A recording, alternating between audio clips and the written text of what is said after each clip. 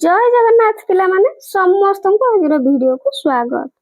तुम आम विचित्र विश्व बहिर पाठ 5 आम प्रगतिशील देश ए चैप्टर को बुझी बुझी की पढ़िबा एवं एथिरे थिबा प्रश्न गुड़िकर उत्तर मध्य करिनेबा। तबे आरंभ करिबा।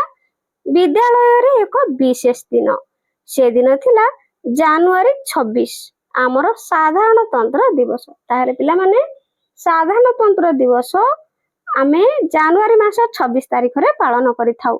आमे से दिन शीघ्र विद्यालय रे पहुंचिलु एवं आमे समस्ते पताका स्तंभ पाखरे धाड़ी रे ठिया हेलु। पताकाटी भंगा होई स्तंभ उपरे बंधा होइथिला। पताका स्तंभर चारिपटे थिबा पिंडीटी फूल रे सुंदर भाबरे सजा जाइथिला।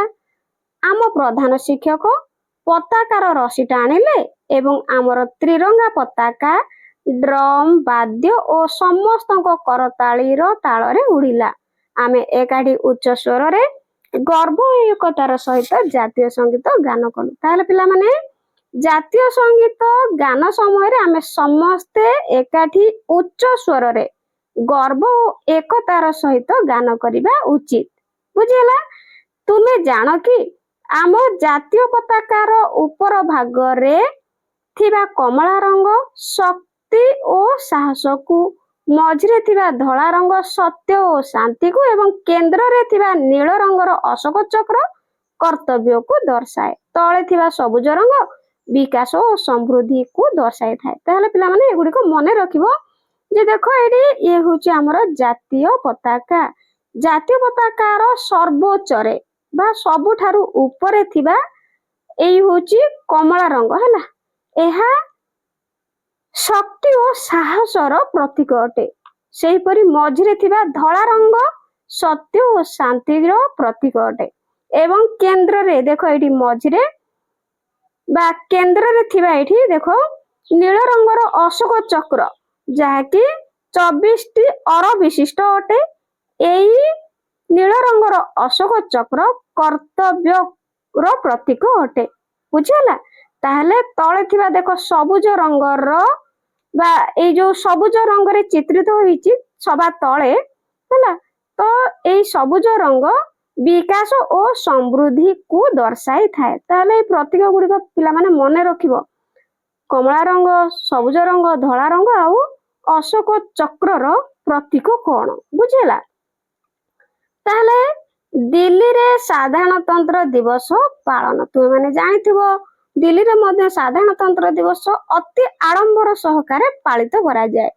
लेख 1 नंबर साधारणतंत्र दिवस पालन अवसर रे तुमे तुम विद्यालय रे केउ केउ विशेष कार्यक्रम मान अनुष्ठित हुए हैला। तो साधारणतंत्र दिवस पालन अवसर रे तुम विद्यालय रे केउ केउ विशेष कार्यक्रम मान अनुष्ठित हुए। ताहले उत्तर लिखिबा एठी पिला माने। तो एठी पिला माने लिखिबो उत्तर आम विद्यालय रे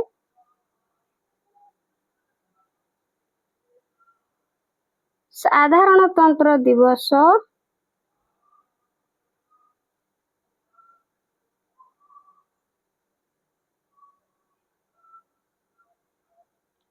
देखियो दिवस रे सकाळे पताका उत्तोलन करा जाए। उत्तोलन करा जाए। आमे समस्ते धाड़ी रे ठिया होई जातीय संगीत गान करू। ड्रम वाद्य सह परेड हुए एवं शेष रे सांस्कृतिक कार्यक्रम अनुष्ठित हुए। ता सहित मिष्टान्न मध्य बंटन करा जाए। एमती तुम माने लिखि नबो। बुझिला? नेक्स्ट आगु को जिबा। देखो पिला माने चित्र रे केमती परेड हेउछि। तो एडी 2 नंबर रे पचारछि आमे एही दिन एकाठी होई जातीय संगीत गान करू। जातीय संगीत रे उल्लेख होइथिबा केतेक नदी और पर्वतमाला रो नाम तुमे कहि परिबो कि तळे दिया जायथिबा सारणी पूरण कर। ताले पिला माने हम जातीय संगीत रे नदी रो नाम आ पर्वतमाला रो नाम अछि। तो तुमे जानिथिबो। तो एडी लिखिबा उत्तर हैला। नदी रो नाम होउछि लिखिबा जमुना आ गंगा। ଯମୁନା, ଗଙ୍ଗା। ଆଉ ପର୍ବତମାଳାର ନାମ ହଉଛି ବିନ୍ଧ୍ୟ ଆଉ ହିମାଚଳ। ଠିକ ଅଛି, ଏଇ ନଦୀର ନାମ ଆଉ ପର୍ବତମାଳାର ନାମ ଆମେ ଜାତୀୟ ସଙ୍ଗୀତରେ ଗାନ କରିଥାଉ। ତା ସହିତ ଦେଖ 3 ନମ୍ବରରେ ପଚାରିଛି ସାଧାରଣତନ୍ତ୍ର ଦିବସରେ ତୁମେ ମାନେ କେଉଁ କେଉଁ କାର୍ଯ୍ୟକ୍ରମରେ ଅଂଶଗ୍ରହଣ କରିବାକୁ ଭଲ ପାଅ? ତାହେଲେ ପିଲାମାନେ ବିଭିନ୍ନ ପ୍ରକାର ସାଧାରଣତନ୍ତ୍ର ଦିବସରେ କାର୍ଯ୍ୟକ୍ରମ ସବୁ ବିଦ୍ୟାଳୟରେ ହୁଏ, ତୁମେ ମାନେ ଭାଗ ନେଇଥିବ। ଯେମିତିକି ଜାତୀୟ ସଙ୍ଗୀତ ଗାନ କର, ତା ସହିତ ଦେଶାତ୍ମବୋଧକ ସଙ୍ଗୀତ ପ୍ରତିଯୋଗିତାରେ ମଧ୍ୟ ଭାଗ ନେଉଥିବ। ବିଭିନ୍ନ ପ୍ରକାରର ପ୍ରତିଯୋଗିତା ସବୁ ପାଳନ ହୁଏ, ତୁମେ ସେଥିରେ କଣ କଣ ସବୁ ଭାଗ ନିଅ ସେ ଆୟୋଜିତ କାର୍ଯ୍ୟକ୍ରମରେ ତୁମେ ମାନେ ଲେଖିବ ହେଲା। ଏଠି ମୁଁ ଗୋଟେ ଦିଟା ଲେଖି ଦଉଛି, ତୁମେ ମାନେ ଲେଖି ନବ। ଯେମିତିକି ଦେଶାତ୍ମ ବୋଧକ ସଙ୍ଗୀତ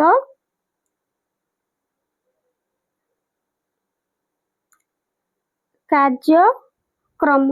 ଠିକ ଅଛି, ତା ସହିତ ପରେଡ ମଧ୍ୟ ହୁଏ ହେଲା। ତା ସହିତ ଆହୁରି ଗୀତ ନାଚ ସବୁ ହୁଏ ହେଲା। ତ ତୁମେ ମାନେ ଯାହା ସବୁ କାର୍ଯ୍ୟକ୍ରମରେ ଯେଉଁ ସବୁ କାର୍ଯ୍ୟକ୍ରମରେ ଅଂଶଗ୍ରହଣ କର ତମେ ଏଇଠି ନିଜେ ଲେଖିନେବ। ବାକି ସବୁ ବୁଝିହେଲା। ଆଗକୁ ଯିବା। ତ ଏଇଠି ଦେଖ 4 ନମ୍ବରରେ ପଚାରିଛି ତୁମେ ମାନେ କେବେ ଦିଲ୍ଲୀରେ ସାଧାରଣତନ୍ତ୍ର ଦିବସର ପରେଡ ଦୂରଦର୍ଶନ ମାଧ୍ୟମରେ ଦେଖିଛ କି? ନିଶ୍ଚିତ ଦେଖିଥିବ। ଏଥିରେ ତୁମକୁ ଅଧିକ କଣ ପସନ୍ଦ ଆସିଥିଲା? ତାହେଲେ ଦେଖିଛ କି ପଚାରିଛୁ, ତେଣୁ ପ୍ରଥମେ ଲେଖିବ ହଁ।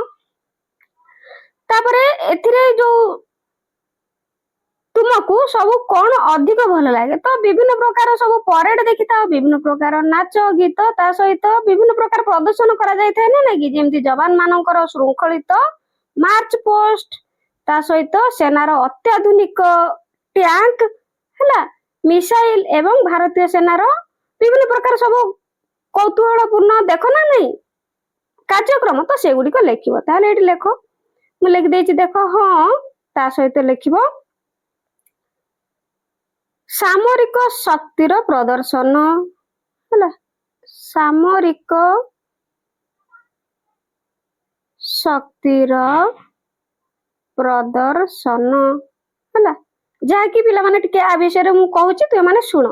ଭାରତୀୟ ସେନାର ଅତ୍ୟାଧୁନିକ ଟ୍ୟାଙ୍କ, ମିସାଇଲ ଏବଂ ଯବାନ ମାନଙ୍କର ଶୃଙ୍ଖଳିତ ମାର୍ଚ୍ଚ ପୋଷ୍ଟ ଦେଖିଲେ ମନରେ ଦେଶ ପ୍ରେମ ଭରିଯାଏ। ତାପରେ ଲେଖିବ ରାଜ୍ୟ ମାନଙ୍କର ପ୍ରଜ୍ଞାପନ ମେଢ ହେଲା, ରାଜ୍ୟ ମାନଙ୍କର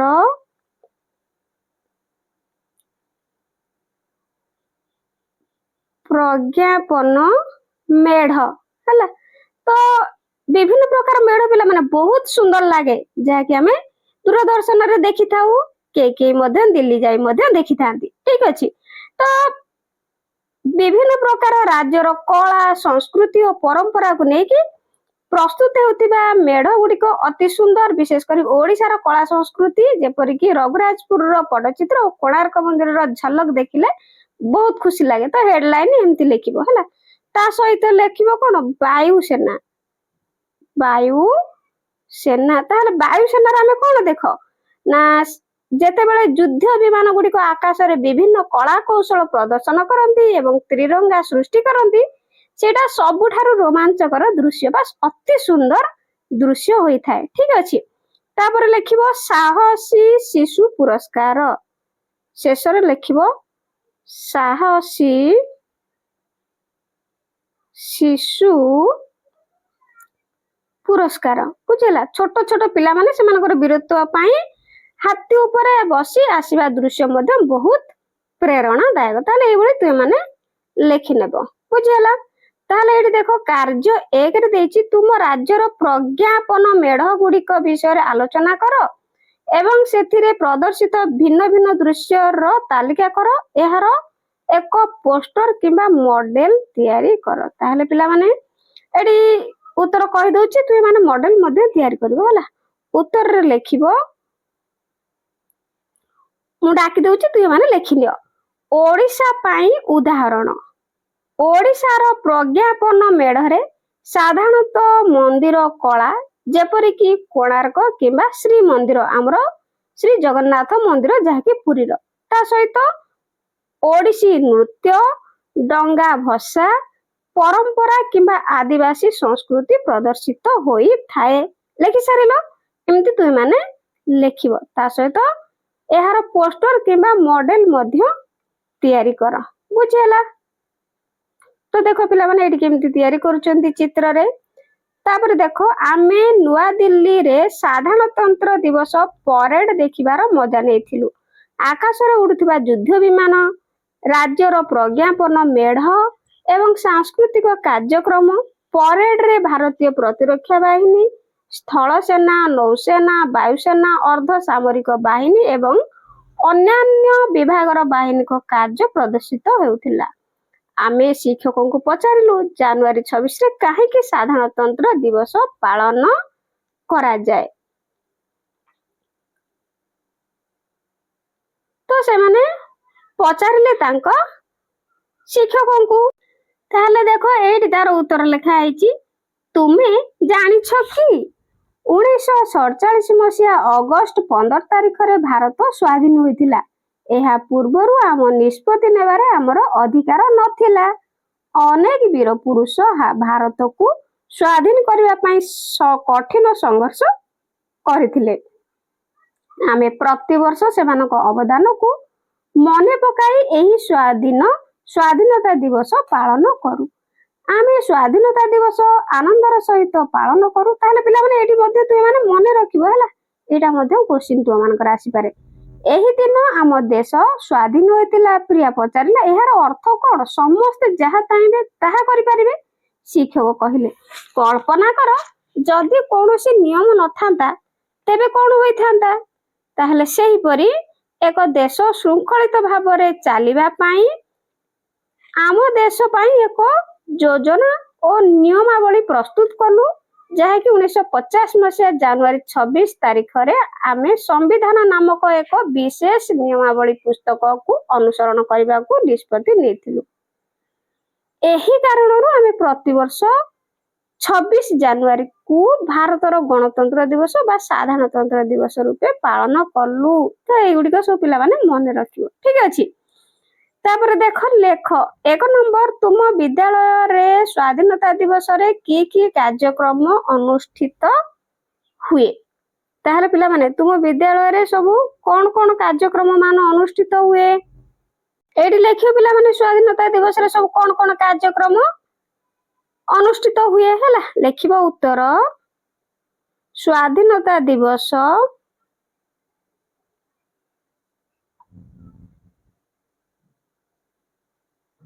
ଯାହାକି ପିଲାମାନେ ବ୍ରାକେଟରେ ଲେଖିବ ଅଗଷ୍ଟ 15 ତାରିଖ ହେଲା।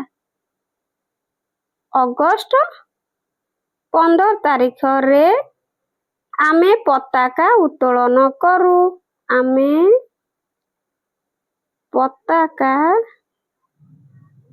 ଉତ୍ତୋଳନ କରୁ। ବୀର ସ୍ୱାଧୀନତା ସଂଗ୍ରାମୀ ମାନଙ୍କ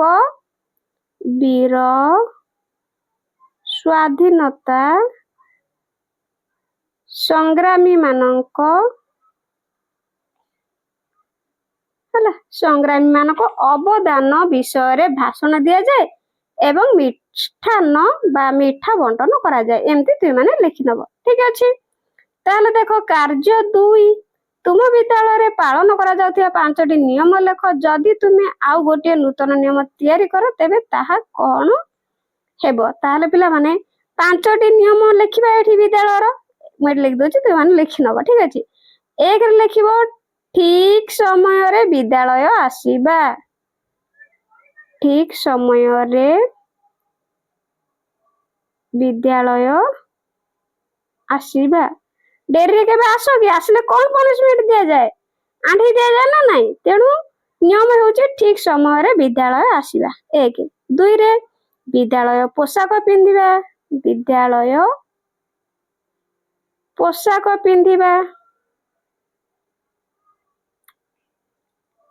ତା ସହିତ 3ରେ ପ୍ରାର୍ଥନା ସଭାରେ ଶାନ୍ତିରେ ଠିଆ ହବା। ପ୍ରାର୍ଥନା ସଭାରେ ଶାନ୍ତିରେ ଠିଆ ହେବା। ତା ସହିତ 4 ଲେଖିବ ଶ୍ରେଣୀ ଗୃହ ସଫା ରଖିବା। ଶ୍ରେଣୀ ଗୃହ ସଫା ରଖିବା। 6 ଲେଖିବ ଶିକ୍ଷକଙ୍କୁ ସମ୍ମାନ ଦେବା। ହେଲା, ତ ପଞ୍ଚମ ନିୟମରେ ଲେଖିଦବ ଶିକ୍ଷକଙ୍କୁ ସମ୍ମାନ ଦେବା। ଏମିତି ଲେଖିବ। ତାପରେ ପଚାରିଛି ଗୋଟିଏ ନୂତନ ନିୟମ ତୁମେ ଯଦି ଆଉ ତିଆରି କର ତେବେ ତାହା କଣ ହେବ? ତାହେଲେ ମୁଁ ଏଠି ଗୋଟେ ଉଦାହରଣ ଦେଇ ଦଉଛି, ତୁମେ ମାନେ ଲେଖିନବ ହେଲା, ନହେଲେ ଅଲଗା କିଛି ମଧ୍ୟ ଲେଖିନବ। ତାହେଲେ ନୂତନ ନିୟମ ପ୍ରତି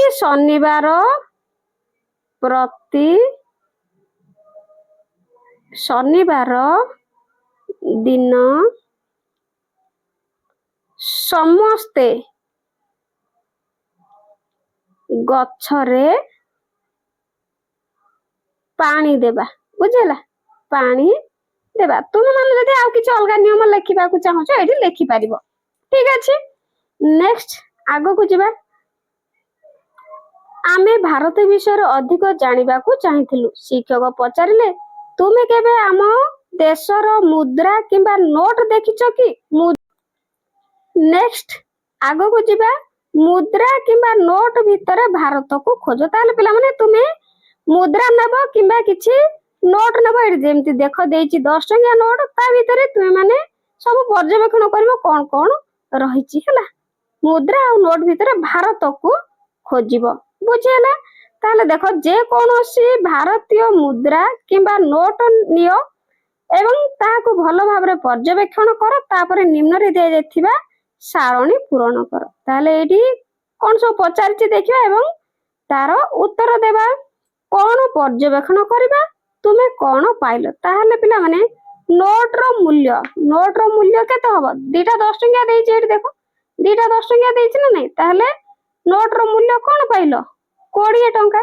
ଏଠି ଲେଖିବ 20 ଟଙ୍କା।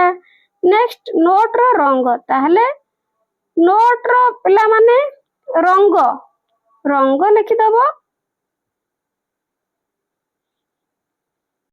ସବୁଜ ଆଉ ହଳଦିଆ ମିଶା। ହେଲା, ମିଶିଲେ ପିଲାମାନେ ସେଇଭଳି କଲର ହିଁ ଆସିବ। ସବୁଜ ଆଉ ହଳଦିଆ ମିଶା ଲେଖିବ। ମିଶିଲେ ପିଲାମାନେ 10 ଟଙ୍କିଆ ନୋଟ ସେଇଭଳି ଆସିବ। ତାପରେ ଭାଷା ଗୁଡ଼ିକର ସଂଖ୍ୟା 17। ତାପରେ ନୋଟରେ ଲେଖା ଯାଇଥିବା ଭାଷା ଓ ସେଗୁଡ଼ିକର କ୍ରମ। ତାହେଲେ ପିଲାମାନେ ଏଠି ଭାଷା ଗୁଡ଼ିକର କ୍ରମ ଲେଖିବ। ହେଲା, ତ ପ୍ରଥମେ ଲେଖିଦବ, ମୁଁ ଏଠି କହିଦଉଛି ତୁମେ ମାନେ ଏଇଠି ଲେଖିବ ଅସମିଆ। ତାପରେ ବଙ୍ଗଳା ଲେଖିବ, ବଙ୍ଗାଳୀ। ହେଲା, ବା ବଙ୍ଗଳା ଲେଖିପାରିବ। ତାପରେ ଗୁଜୁରାଟୀ, କନ୍ନଡ଼, ତା ସହିତ କାଶ୍ମୀରୀ, ତା ସହିତ କୋଙ୍କଣୀ, ତା ସହିତ ମାଲାୟାଲମ, ମରାଠୀ, ନେପାଳୀ, ହେଲା, ଓଡ଼ିଆ, ତା ସହିତ ଲେଖିବ ପଞ୍ଜାବୀ,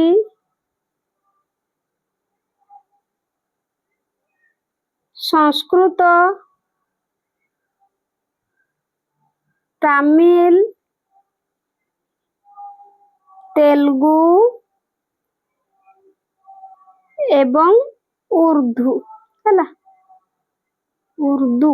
ଏମିତି ତୁମେ ମାନେ ଲେଖିନବ ପିଲାମାନେ। ନୋଟରେ ଲେଖା ଯାଇଥିବା ଭାଷା ଓ ସେଗୁଡ଼ିକର କ୍ରମ ଲେଖିଲେ। ନେକ୍ସଟ ଦେଇଛି ଦେଖ କୀର୍ତ୍ତିରାଜିର ନାମ। ତାହେଲେ କୀର୍ତ୍ତିରାଜିର ନାମ ହଉଛି ପିଲାମାନେ ଲେଖିବ ଏଲୋରା ଗୁମ୍ଫା।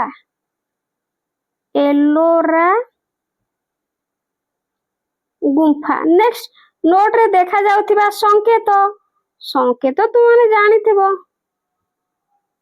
ଅଶୋକ ସ୍ତମ୍ଭ। ପିଲାମାନେ ଏଠି ଭଲ ଅକ୍ଷର ହଉନି, ତୁମେ ସୁନ୍ଦର ସୁନ୍ଦର ଅକ୍ଷର କରି ଖାତାରେ ଲେଖିବ। ଠିକ ଅଛି, ଅଶୋକ ସ୍ତମ୍ଭ ଆଉ ସ୍ୱଚ୍ଛ ଭାରତ ଲୋଗ, ସ୍ୱଚ୍ଛ ଭାରତ ଲୋଗ, ଠିକ ଅଛି। ତା ସହିତ ଏଠି ଦେଖ ତଳେ ଦେଇଛି ସେଥିରେ ଥିବା ପ୍ରାଣୀଙ୍କର ପ୍ରତିଛବି। ତାହେଲେ ପ୍ରାଣୀଙ୍କର ପ୍ରତିଛବି କିଛି ନୋଟରେ ହାତୀ ଆଉ ବାଘ ଥାଏ। ଏଠି ଲେଖିବ କିଛି ନୋଟରେ ହାତୀ ବାଘ ଥାଏ, ଠିକ ହେଲା। ତାପରେ ନୋଟ ଉପରେ ଥିବା ଯେକୌଣସି ବାର୍ତ୍ତା, ତାହେଲେ ଯେକୌଣସି ବାର୍ତ୍ତା ହଉଛି ଆମର ସ୍ୱଚ୍ଛ ଭାରତ ଲେଖିପାରିବ, ସ୍ୱଚ୍ଛ ଭାରତ। ଅନ୍ୟ କିଛି ଆମେ ଲେଖିପାରିବା, ଯେମିତିକି ମହାତ୍ମା ଗାନ୍ଧୀଙ୍କର ବଡ ପ୍ରତିଛବି ଓ ରିଜର୍ଭ ବ୍ୟାଙ୍କ ର ଗଭର୍ଣ୍ଣର ଦସ୍ତଖତ ରହିଛି ନା ନାଇଁ। ତେଣୁ ଲେଖିବା ଏଇଠି ପିଲାମାନେ ଲେଖିବ, ମୁଁ ଏଇଠି ଲେଖିଦଉଛି ମହାତ୍ମା ଗାନ୍ଧୀଙ୍କର ବଡ ପ୍ରତିଛବି ଓ ରିଜର୍ଭ ହେଲା, ରିଜର୍ଭ ବ୍ୟାଙ୍କର ଗଭର୍ଣ୍ଣରଙ୍କ ଦସ୍ତଖତ ହେଲା, ଦସ୍ତଖତ ମଧ୍ୟ ଥାଏ। ଠିକ ଅଛି, ତୁମେ ସାରଣୀ ପୂରଣ କଲ, ବୁଝିପାରିଲ କି ନାହିଁ ଏଗୁଡିକ ମତେ କମେଣ୍ଟରେ ଜଣେଇବ, ବୁଝିଲା। ନେକ୍ସଟ ଆଗକୁ ଯିବା। ଶିକ୍ଷକ ନୋଟଟିଏ ଆମ ଆଗରେ ଧରି କହିଲେ, ନୋଟରେ ଥିବା ଛବିକୁ ଦେଖ, ତୁମେ ଅନୁମାନ କରିପାରୁଛ କି ଏଇ ନୋଟରେ କାହାର ଛବି ଅଛି? ଆମେ ସମସ୍ତେ ଏକ ସ୍ୱରରେ କହିଲୁ ମହାତ୍ମା ଗାନ୍ଧୀ। ତାପରେ ସେ ପଚାରିଲେ, ତୁମେ ଜାଣ କି ପ୍ରତ୍ୟେକ ନୋଟରେ ପ୍ରକୃତିରେ ତାଙ୍କର ଦୁଇଟି ଛବି ଅଛି? ନୋଟକୁ ଆଲୋକ ପାଖରେ ଧରି ଦେଖ, ତୁମେ କଣ ଦେଖୁଛ? ତାହେଲେ ପିଲାମାନେ ତୁମେ ଦେଖିବ ନୋଟ ହେଲା ଘରେ। ଆମେ ସମସ୍ତେ ଆଲୋକରେ ନୋଟଟିକୁ ଦେଖିଲୁ, ଗାନ୍ଧୀଙ୍କର ଏକ ଛୋଟ ଛବି ଦେଖି ଆମେ ଆଶ୍ଚର୍ଯ୍ୟ ହୋଇଗଲୁ, ଯାହା ଆମେ ପୂର୍ବରେ କେବେ ଦେଖିନଥିଲୁ। ମୁଦ୍ରା ନୋଟ କିମ୍ବା ନୋଟ ଉପରେ ତୁମେ ଛୋଟ ଗୋଲ ଚଷମା ଦେଖିଲ କି? ଦେଖିଥିବ ନା ନାଇଁ? ନିଶ୍ଚିତ ଭାବରେ ଦେଖିଥିବ। ହଁ, ଦେଖିଲୁ ହେଲା। ଏହି ଚଷମାଟି ହେଉଛି ଏକ ଦେଶବ୍ୟାପୀ, ଏଇ ଦେଖ ପିଲାମାନେ, ଏଇ ସ୍ୱଚ୍ଛ ଭାରତର ଲୋଗୋ ଥିବା ଚଷମା। ତାହେଲେ ଦେଶବ୍ୟାପୀ ଅଭିଯାନର ପ୍ରତୀକ, ଯାହାକୁ ସ୍ୱଚ୍ଛ ଭାରତ ଅଭିଯାନ କୁହାଯାଏ। ଏହି ପ୍ରତୀକଟି ଗାନ୍ଧୀଜୀଙ୍କ ଚଷମା ଉପରେ ଆଧାରିତ। ଯେତେବେଳେ ଆମେ ସମସ୍ତେ ଶିକ୍ଷକଙ୍କୁ ପଚାରିଲୁ ଯେ ଏହା କାହିଁକି ଏମିତି କରାଯାଇଛି, ତାହେଲେ ସେ କହିଲେ, ପ୍ରତ୍ୟେକ ବ୍ୟକ୍ତି ନିଜ ଚାରିପାଖକୁ ସଫା ରଖିବା ପାଇଁ ଗାନ୍ଧୀଜୀ ଅଧିକ ପ୍ରାଧାନ୍ୟ ଦେଉଥିଲେ। ତାଙ୍କ ଆଶ୍ରମରେ ରହୁଥିବା ଲୋକମାନେ ସ୍ୱଚ୍ଛତାର କଠୋର ନିୟମ ପାଳନ କରୁଥିଲେ। ତୁମେ ଜାଣ କି ମୁଦ୍ରା କିମ୍ବା ନୋଟରେ ଆଂଶିକ ଉପରକୁ ଉଠିଥିବା ଛାପା ଚିହ୍ନ ଏବଂ ପ୍ରତୀକ ଗୁଡିକୁ ଦୃଷ୍ଟିହୀନ ଲୋକଙ୍କୁ ନୋଟ ଚିହ୍ନିବାରେ ସାହାଯ୍ୟ କରିବା ନିମନ୍ତେ ଥାଏ। ସେମାନେ ମନି ଆପ୍ ମାଧ୍ୟମରେ ମୁଦ୍ରା ବା ନୋଟ ଗୁଡିକର କମ୍ପନ ଅନୁଭବ କରି ଓ ଶୁଣି ବିଭିନ୍ନ ମୁଦ୍ରା ନୋଟ ଗୁଡିକୁ ଚିହ୍ନଟ କରିଥାନ୍ତି।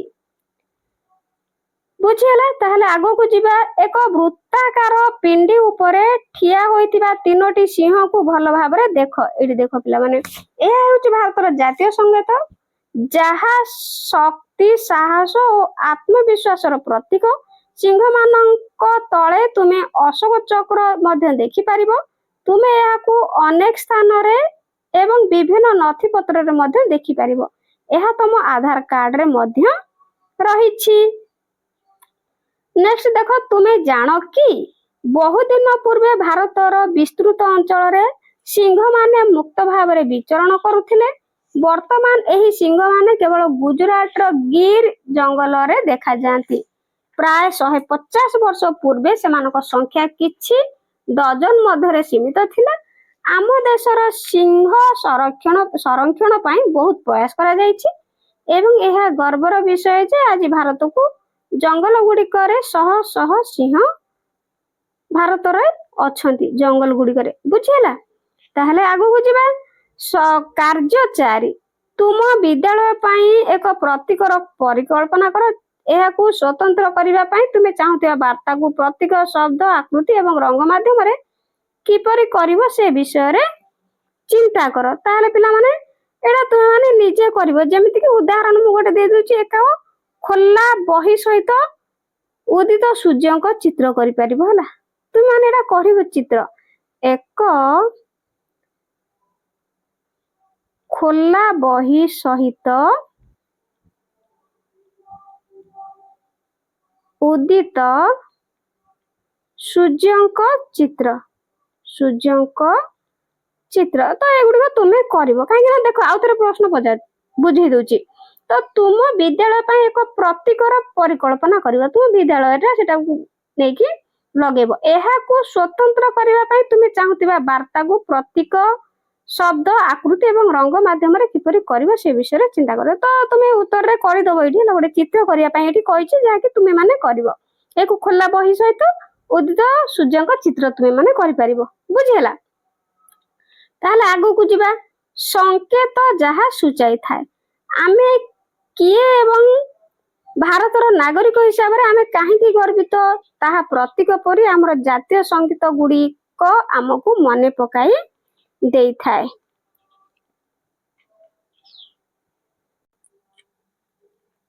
ଲେଖ। ନିମ୍ନରେ ଦିଆଯାଇଥିବା ଧନ୍ଦା ଗୁଡ଼ିକ ପଢ ଏବଂ ଭାରତର ଜାତୀୟ ସଙ୍ଗୀତ ଗୁଡ଼ିକୁ ଅନୁମାନ କର। ତାହେଲେ କମଳା ରଙ୍ଗର ପୋଷାକ ପିନ୍ଧେ ମୁଁ ତହିଁ ଟଣା କଳାକାର। ତାହେଲେ ନିର୍ଭୟରେ ବୁଲେ ଘଞ୍ଚ ଜଙ୍ଗଲରେ କାହାକୁ ନଥାଏ ଡର। ତାହେଲେ ପିଲାମାନେ ଏଇଠି ଦେଖ, କମଳା ରଙ୍ଗର ପୋଷାକ ପିନ୍ଧେ ମୁଁ ତହିଁ ଟଣା କଳାକାର, ଟିକେ ମନେ ରଖିଥାଅ। ତାପରେ ନିର୍ଭୟରେ ବୁଲେ ଘଞ୍ଚ ଜଙ୍ଗଲରେ କାହାକୁ ନଥାଏ ଡର। ତାହେଲେ ସେ ନିର୍ଭୟରେ ବୁଲିଥାଏ କିନ୍ତୁ କାହାକୁ ବି ଡର ନଥାଏ। ଶାସନରେ ମୋର ବଣ ରାଇଜଟା ଗର୍ଜନରେ ଉଠେ ଥରି। ତାହେଲେ ତା ଗର୍ଜନରେ ପୁରା ବଣ ରାଇଜଟା ଥରି ଉଠେ। କିଏ ମୁଁ ବଳୁଆ ଜାତୀୟ ପଶୁଟି କୁହ ଅନୁମାନ କରି। ତାହେଲେ ପିଲାମାନେ ଇଏ ହଉଛି କିଏ? ବାଘ ଉତ୍ତରରେ ଲେଖିବ। ବୁଝିଲା? ଏଠି ଲେଖିବ ଉତ୍ତର ବାଘ। ଭାରତର ଜାତୀୟ ପଶୁ। ଭାରତର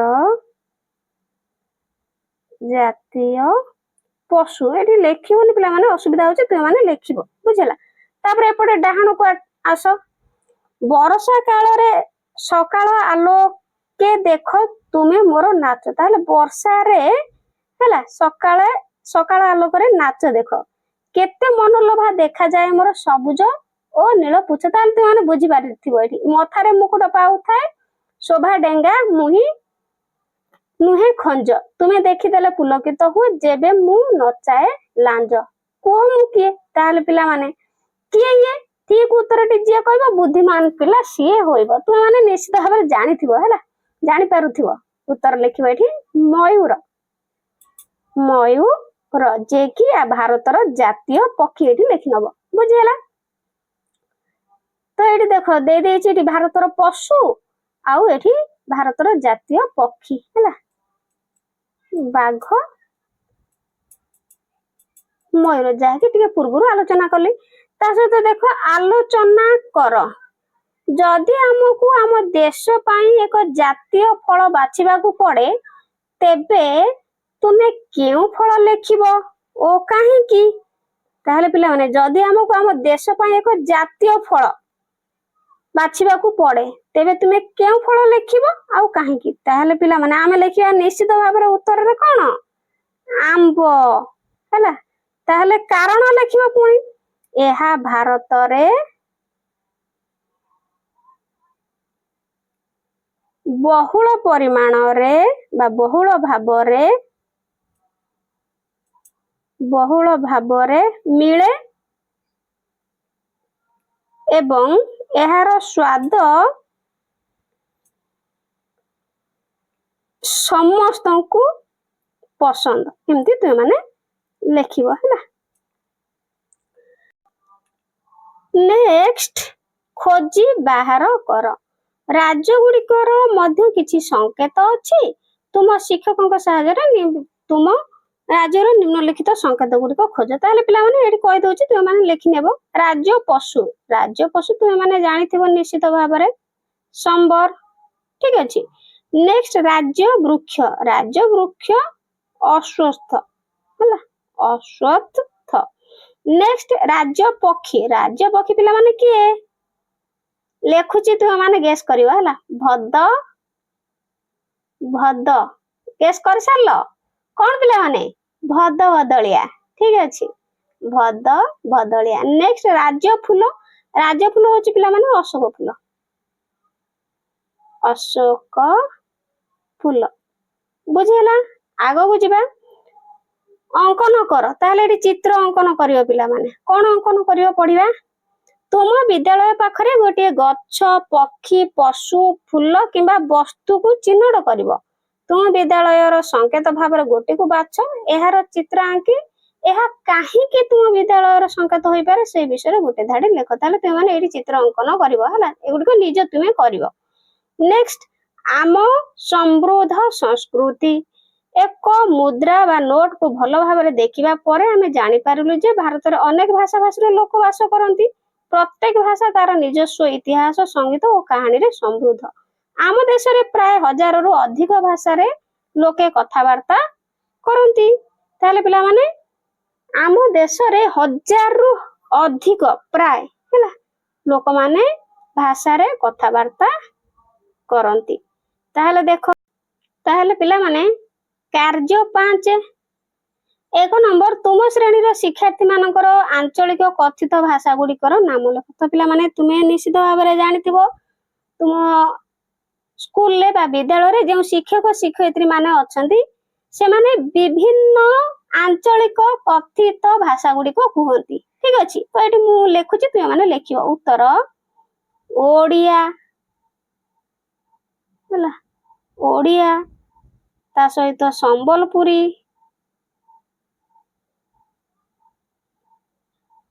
ସାନ୍ତାଳୀ ହେଲା, ଏମିତି ତୁମେ ମାନେ ଲେଖିବ ହେଲା।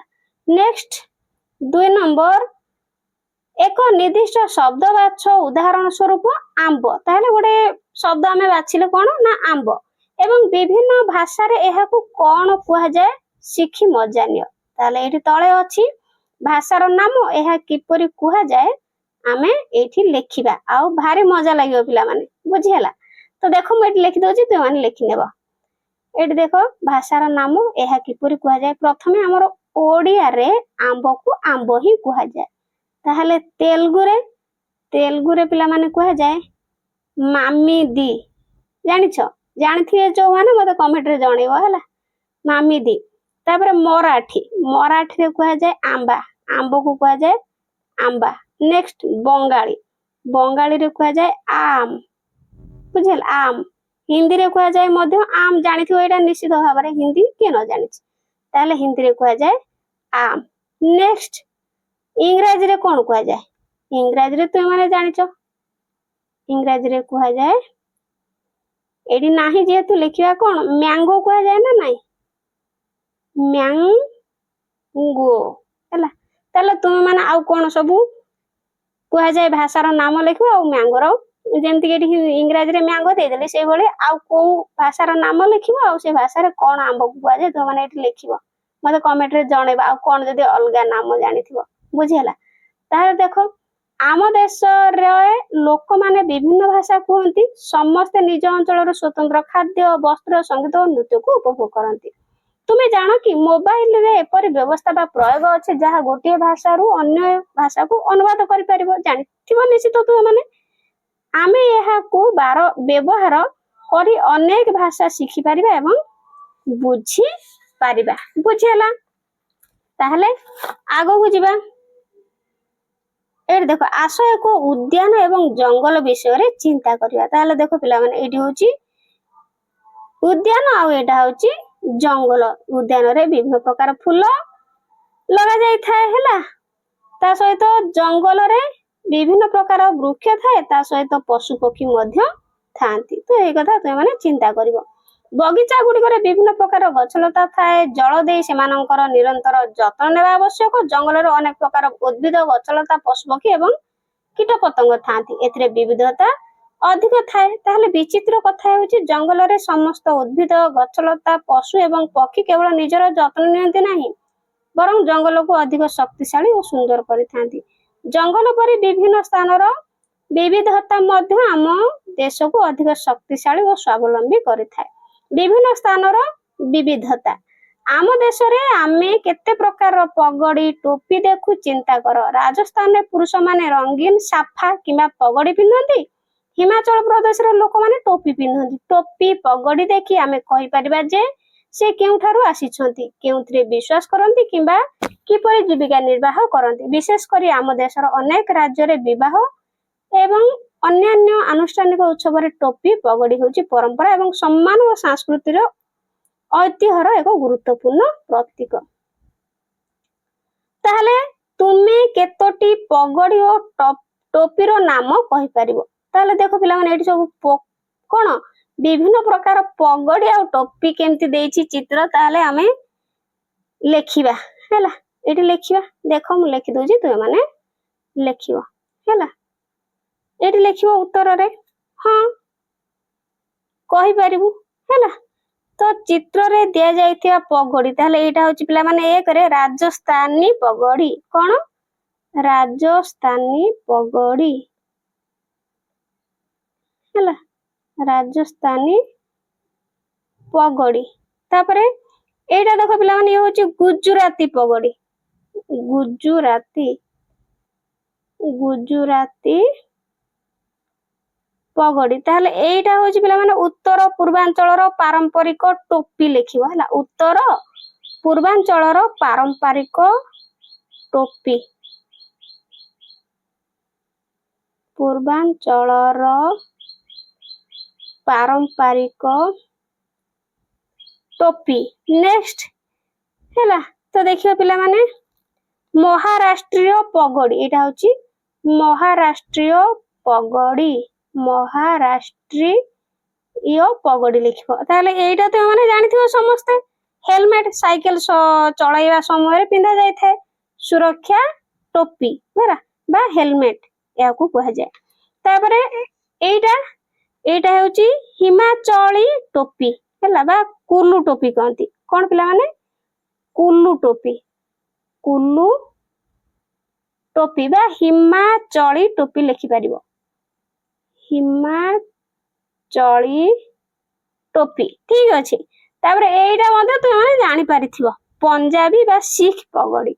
इति लिखिबो पंजाबी बा सिख पगड़ी। ताले पिला माने बहुत लॉन्ग वीडियो होची तो मते नेक्स्ट वीडियो रे कमेंट करिवो जे खाली कार्य गुडी को अभ्यास गुडी को उत्तर कहिबे ना पूरा ए भली विशद भाव रे आलोचना करबी बुझिहेला। तापर देखो कार्य 6 रे छोट छोट दल रे एक ओढणी किबा मफलर नेई सेथिरे एक पारंपरिक पगड़ी टोपी प्रस्तुत करो। ताले पिला माने तुमे एटा निजे करिवो। वर्ज्य सामग्री व्यवहार करी एक पगड़ी टोपी एटा मध्ये तुमे माने करिवो। वर्ज्य सामग्री हैला जेमति कि प्लास्टिक नै तुमे माने निजे करिवो। ताहले तुमे जानो कि गरम ठंडा किबा अन्यान्य आघातर सुरक्षा पाई मुंडरे पगड़ी पिंधा जाए। सैनिक निर्माण श्रमिक एवं खणी सुडंग रे काम करुथिबा लोक माने कार्य करिबा समय हेलमेट पिंधि थांती ओ एहा सेमानकु आघातरु रक्षा करे। मोटरसाइकिल चालक माने सुरक्षा पाई हेलमेट पिंधନ୍ତି जहा मुंडरे गभीर आघात को रोकिबारे सहायता करे। हेलमेट पिंधिबा बाध्यतामूलक एवं आमे दुई चकिया यान चलाउथिबा समय हेलमेट पिंधिबा निश्चित भाବରେ पिला माने आवश्यक। तो जते बेले पापा मां जाउथिबे बाहर को तुमे माने हेलमेट कथा निश्चित भाବରେ मने पके दो जदी से माने साइकिल किबा मोटरसाइकिल ले जाउथिबे बुझिहेला। समृद्ध भारतर आउ एक दिग होउची एहार विभिन्न कला जेउथिरे संगीत एवं नृत्य अंतर्भुक्त जहा कि उत्सव पालन करिबा प्रार्थना करिबा कहानी कहबा एवं लोकन को एकत्रित करिवार माध्यम। देशर विभिन्न स्थान रे व्यवहृत होउथिबा सरल वाद्य यंत्र ड्रम मध्य विभिन्न आकृतिर होइथाय। एहा रो शब्द मध्य भिन्न भिन्न होइथाय। प्रत्येक ड्रम रो निजस्व ताल ओ शब्द रहिछि। ताहले स्थानीय संस्कृति परंपरा और सामग्री अनुसार एहार विभिन्न आकृति होइथाय। तो देखो पिला माने विभिन्न प्रकार आकृति होइछि ना नै कोडी गोल होतिया बेले कोडी कोन आकृति रो कोडी अलग अलग आकृति सब होइछि हैला। केते बेले सिलिंडर आकृति रो तो देखो एटा होछि कोया जाय पखवज। तापर एटा धामा खंजणी ठीक अछि। ढोल मृदंग ढोलक ताबिल इडाका खोल नागरा और ताबला गुडी तो माने देखिथिबो। तापर देखो सेही परि आमे विभिन्न प्रकार संगीत पाई भिन्न भिन्न वाद्य यंत्र व्यवहार करिथाउ। एहा किछि उदाहरण होउची ओडिसी संगीत रे हारमोनियम और ताबला, कर्नाटकी संगीत रे मृदंग, हिंदुस्तानी संगीत रे सितार हैला। पिला माने ସିତାର ଏବଂ ସେହନାଲ ଇତ୍ୟାଦି ଆମର ବିଭିନ୍ନ ପ୍ରକାର ନୃତ୍ୟ ଅଛି ଯାହାକି ଭିନ୍ନ ଭିନ୍ନ ରାଜ୍ୟରୁ ଉତ୍ପନ୍ନ ହୋଇଛି। ତାହେଲେ ପିଲାମାନେ ଦେଖ ଏଠି 7 ନମ୍ବରରେ ଦେଇଛି ତୁମ ଶିକ୍ଷକଙ୍କ ମାର୍ଗଦର୍ଶନରେ ଭାରତର ମାନଚିତ୍ରରେ ସେହି ରାଜ୍ୟ ଗୁଡିକ ଚିହ୍ନଟ କର ଯେଉଁଠାରୁ ଏହି ନୃତ୍ୟ ଶୈଳୀ ଗୁଡିକର ଉତ୍ପନ୍ନ ହେଉଛି ତାହା ଦର୍ଶାଅ। ପିଲାମାନେ ଏସବୁ ବୋର ହେଇଯାଉଥିବ, ବହୁତ ଲଙ୍ଗ ହେଇଯାଉଛି ଭିଡିଓଟି ହେଲା, କିନ୍ତୁ ବୁଝିବ ମନେ ରଖିବ ସବୁ ପରୀକ୍ଷାରେ এই শর্ট কোশ্চেন গুড়িক বহুত ভাবে আসবে যেহেতু নূয়া প্যাটর্ন। তো দেখ এই নাচটা কোন পিলা মানে এই নাচটা হচ্ছে জানিছ ডান্ডিয়া বা গরবি। ডান্ডিয়া বা গরবা পিলা মানে গরবি নুহে গরবা ହେଲା ଗୁଜରାଟର ଇଏ ହଉଛି ଗୁଜରାଟର ଲେଖିବ ଏଠି। ତାହେଲେ ପିଲାମାନେ ଏଇଟା ହଉଛି ସାନ୍ତାଳୀ ସାନ୍ତାଳୀ ଯାହାକି ଆମ ଓଡ଼ିଶାର ହେଲା। ତାପରେ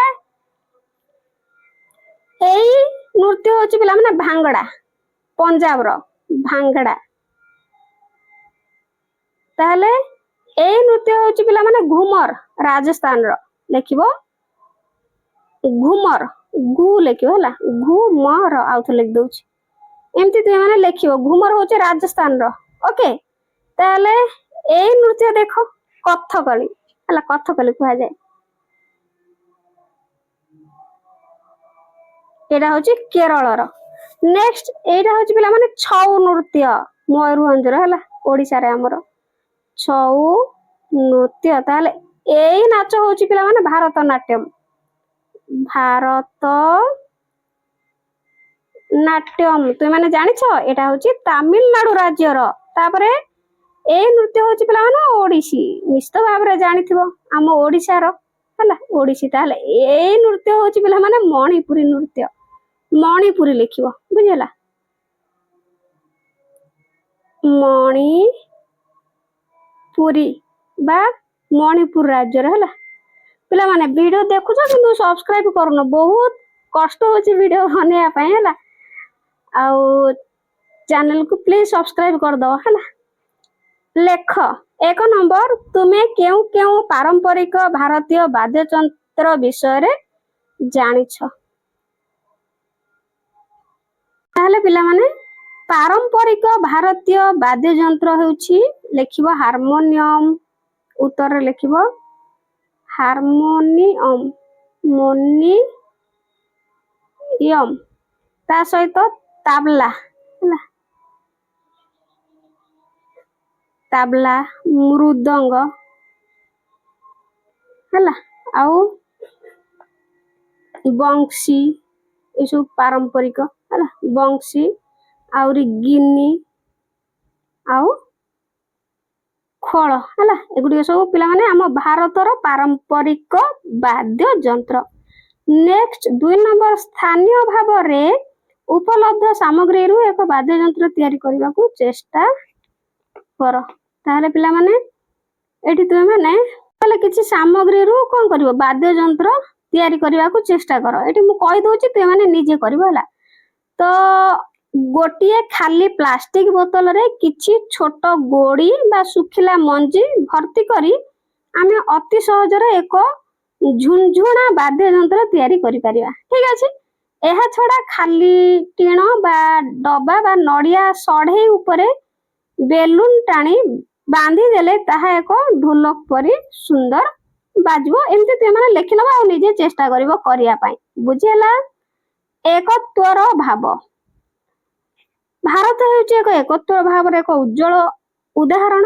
ଆମର ଭାଷା ଧର୍ମ ପୋଷାକ ଏବଂ ପରମ୍ପରା ବିବିଧତାରେ ସମୃଦ୍ଧ ଆମେ ମାନେ ଏକାଠି ରହୁ ପରସ୍ପରକୁ ସାହାଯ୍ୟ ଓ ସମର୍ଥନ କରୁ। ଭାରତର ପ୍ରତ୍ୟେକ ଅଞ୍ଚଳ ଆମକୁ ଏକ ଅନନ୍ୟ କାହାଣୀ କହେ ଯାହା ଏକ ତାର ସୂତ୍ରରେ ପରସ୍ପରକୁ ବାନ୍ଧିନି। ଏହି ସମ୍ପର୍କର ସୂତ୍ର ଗୁଡିକ ଏକାଠି ହୋଇ ଗୋଟିଏ ଦୃଢ ସୃଜନଶୀଳ ଓ ଶକ୍ତିଶାଳୀ ରଙ୍ଗୀନ ଜୀବନ୍ତ ଡୋରିରେ ପରିଣତ ହୋଇଛି। ତ ଏମାନେ ଏଗୁଡ଼ିକ ପଢି ନେବ ପିଲାମାନେ ବହୁତ ଲଙ୍ଗ ହେଇଗଲାଣି ଭିଡିଓଟି ବୁଝିହେଲା।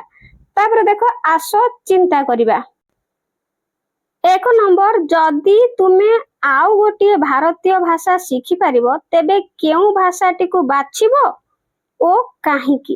ତାହେଲେ ପିଲାମାନେ ଏଠି ଉତ୍ତର ଲେଖିବ ଆଇରେ ମୁଁ ଆଉ ଗୋଟିଏ ଭାରତୀୟ ଭାଷା ଭାବରେ ହିନ୍ଦୀ ହେଲା ଶିଖିବାକୁ ବାଛିବି କିମ୍ବା ତୁମେ ମାନେ ଯଦି ଅଲଗା ଭାଷା କିଛି ଲେଖିପାରିବ। ତ ଏଠି ମୁଁ ହିନ୍ଦୀ ଭାଷା ବାଛିଛି। 2i ରେ ଭାରତରେ ଅନେକ ଭାଷାଭାଷୀର ଲୋକ ବାସ କରନ୍ତି ଏବଂ ପ୍ରାୟ 1000ରୁ ଅଧିକ ଭାଷାର ଲୋକେ କଣ କଥାବାର୍ତ୍ତା କରନ୍ତି। ଅଧିକ ଭାଷା ଜାଣିଥିଲେ ଆମେ ଦେଶର ବିଭିନ୍ନ ପ୍ରାନ୍ତର ଲୋକଙ୍କ ସହ ସହଜରେ କଥା ହୋଇପାରିବା। ତାହେଲେ 3i ରେ ଲେଖିବ ପ୍ରତ୍ୟେକ ଭାଷା ତାର ନିଜସ୍ୱ ଇତିହାସ, ସଙ୍ଗୀତ ଓ କାହାଣୀରେ ସମୃଦ୍ଧ। ତେଣୁ ନୂଆ ଭାଷା ଶିଖିଲେ ମୁଁ ସେଇ ଭାଷାର ସମୃଦ୍ଧ ସଂସ୍କୃତି ଓ ପରମ୍ପରା ବିଷୟରେ ଅଧିକ କିଛି ଜାଣିବାର ସୁଯୋଗ ପାଇବି। ବୁଝିହେଲା? 2 ନମ୍ବର, ତୁମେ ବିଭିନ୍ନ ମୁଦ୍ରା ନୋଟରେ କେଉଁ କେଉଁ କୀର୍ତ୍ତିରାଜି ଦେଖୁଛ ଏକ ସାରଣୀ ତିଆରି କର। ତାହେଲେ ମୁଦ୍ରା କିମ୍ବା ନୋଟରେ କେଉଁ କେଉଁ ସବୁ କୀର୍ତ୍ତିରାଜି ଦେଖୁଛ ଏଇ ସାରଣୀରେ ଆମେ ଲେଖିବା। ତାହେଲେ ବୁଝିହେଲା? ଦେଖ ଏଇଠି ଦେଇଦେଇଛି ମୁଦ୍ରା କିମ୍ବା ନୋଟର ନାମ, କୀର୍ତ୍ତିରାଜି ରାଜ୍ୟର ନାମ। ତାହେଲେ ଏଇଠି ଦେଖ ଏଇଠି ଟ ଦେଇଛି 10 ଟଙ୍କା, କୋଣାର୍କର ସୂର୍ଯ୍ୟ ମନ୍ଦିର। ଠିକ ଅଛି, ରାଜ୍ୟର ନାମ ହଉଛି ଓଡିଶା। ଗୋଟେ ଦେଇଦେଇଛି, ବାକି କରିବା 20 ଟଙ୍କା। ତାହେଲେ 20 ଟଙ୍କା ଲେଖିବା ଏଲୋରା ଗୁମ୍ଫା। ଏଠି ଲେଖିବ ପିଲାମାନେ ଏଲୋରା ଗୁମ୍ଫା। ତାହେଲେ ଏଇଟା ମହାରାଷ୍ଟ୍ରର ଲେଖିବ ମହାରାଷ୍ଟ୍ର। ନେକ୍ସଟ 50 ଟଙ୍କା। 50 ଟଙ୍କା ଲେଖିବ ହମ୍ପିର ରଥ। ହମ୍ପିର ରଥ ଏଇଟା ହଉଛି ପିଲାମାନେ କର୍ଣ୍ଣାଟକର ହେଲା। ଏଠି ଲେଖିବ କର୍ଣ୍ଣାଟକ। ନେକ୍ସଟ 100 ଟଙ୍କା। 100 ଟଙ୍କା ଲେଖିବ ରାଣୀ କି ଭାବ ହେଲା। ଏଠି ଲେଖିବ ରାଣୀ କି ଭାବ ହେଲା। ରାଣୀ କି ଭାବ ଏଠି ଲେଖିଦବ ପିଲାମାନେ, ଏଇଟା ହଉଛି ଗୁଜୁରାଟର, ଗୁଜୁରାଟ। ନେକ୍ସଟ 200 ଟଙ୍କା।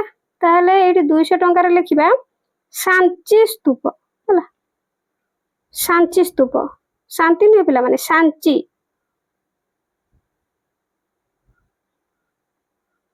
ସ୍ତୂପ, ଯାହାକି ଆମର ମଧ୍ୟପ୍ରଦେଶର।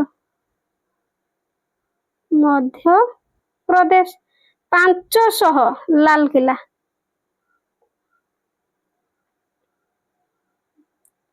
ଲାଲକିଲ୍ଲା ଆମର ଦିଲ୍ଲୀ। ବୁଝିଗଲା? କୋଉଠି ପିଲାମାନେ? ଦିଲ୍ଲୀ।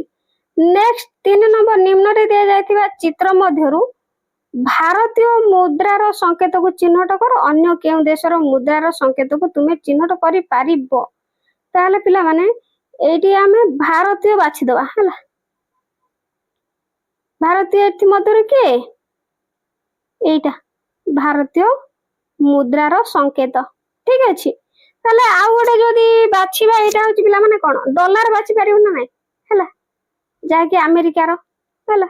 ଆଉ କଣ ତୁମେ ଜାଣିଛ, ତୁମେ ଏଠି ଲେଖିପାରିବ, ନହେଲେ ଖାଲି ଏଇଠି ଭାରତର ତୁମେ ଲେଖିପାରିବ।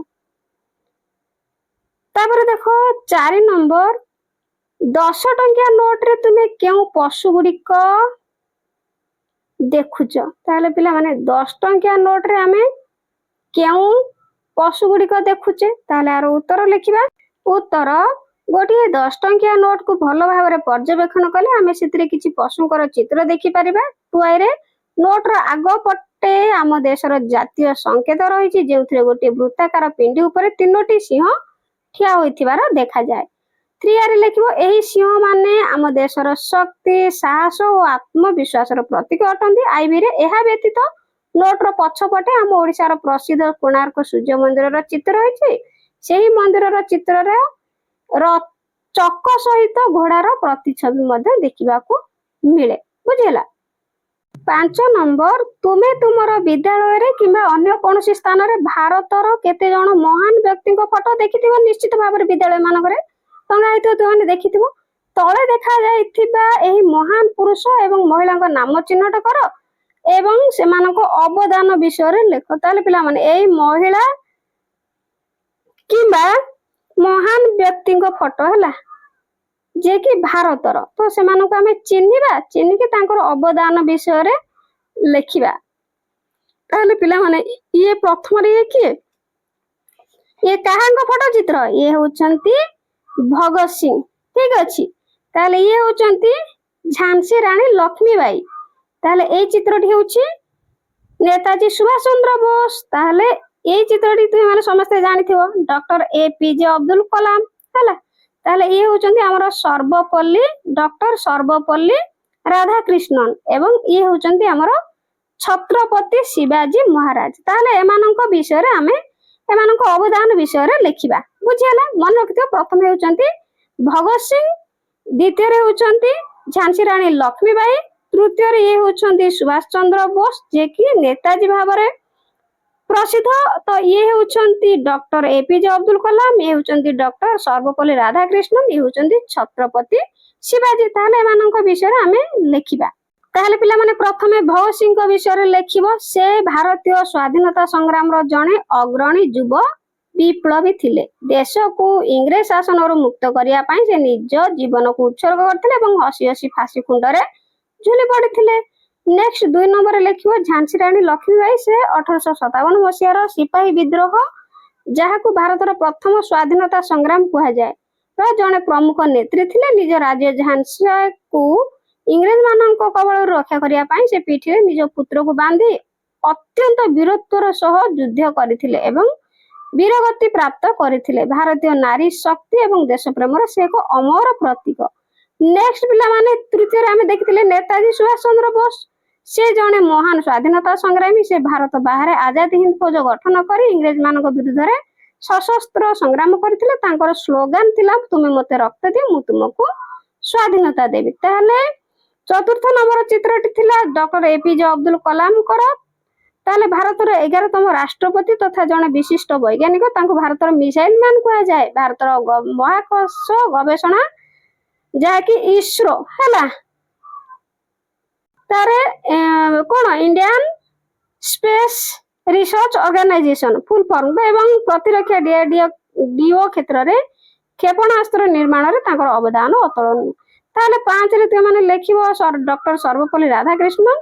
से जने महान दार्शनिक शिक्षाविद तथा भारतर प्रथम उपराष्ट्रपति भाबरे द्वितीय राष्ट्रपति थिले। शिक्षा क्षेत्र रे तांकर अवदान को सम्मान जणाई तांको जन्मदिन को सेप्टेम्बर 5 भाबरे आमे गुरु दिवस रे पालन करू हला। ताहले नेक्स्ट चित्रटी थिला छत्रपति शिवाजी महाराज। से जने वीर योद्धा एवं महान मराठा साम्राज्य रो प्रतिष्ठाता।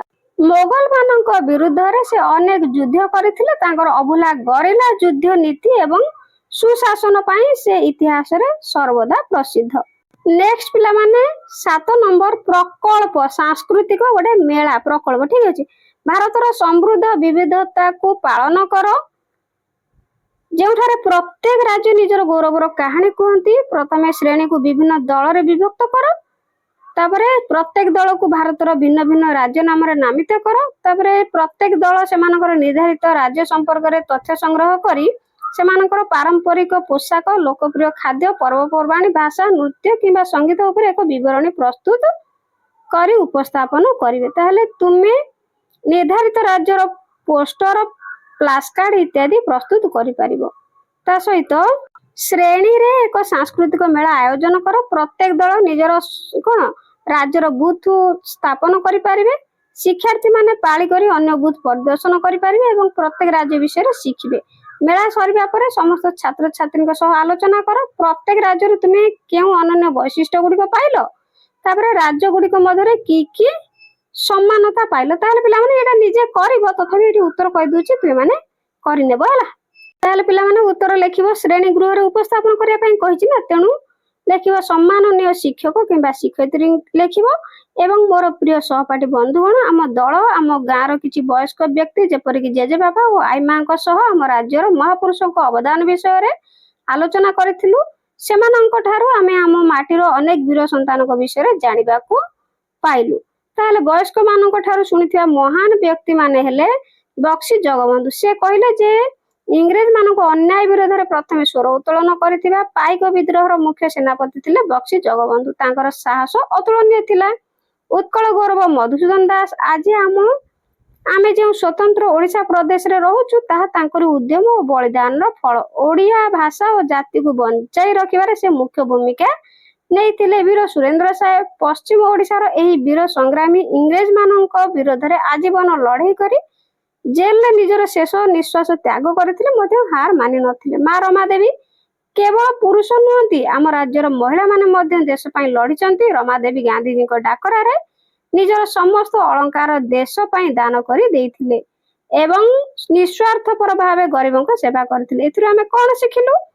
ଏହି ଆଲୋଚନାରୁ ଆମ ଦଳ ନିମ୍ନଲିଖିତ ଶିକ୍ଷା ଲାଭ କଲା। 1ରେ ଦେଶ ପ୍ରେମ ଓ ତ୍ୟାଗ।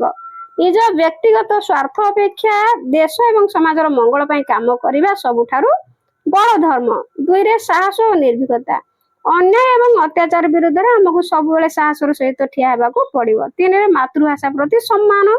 ମଧୁବାବୁଙ୍କ ପରି ଆମକୁ ମଧ୍ୟ ନିଜ ମାତୃଭାଷା ଓ ସଂସ୍କୃତିକୁ ସମ୍ମାନ ଦେବା ଉଚିତ। ଏହି ମହାପୁରୁଷ ମାନଙ୍କ ଜୀବନୀ ପାଇଁ ଆମ ପାଇଁ ଏକ ବଡ଼ ପ୍ରେରଣା। ଧନ୍ୟବାଦ। ତ ଏମିତି ଲେଖିନେବ।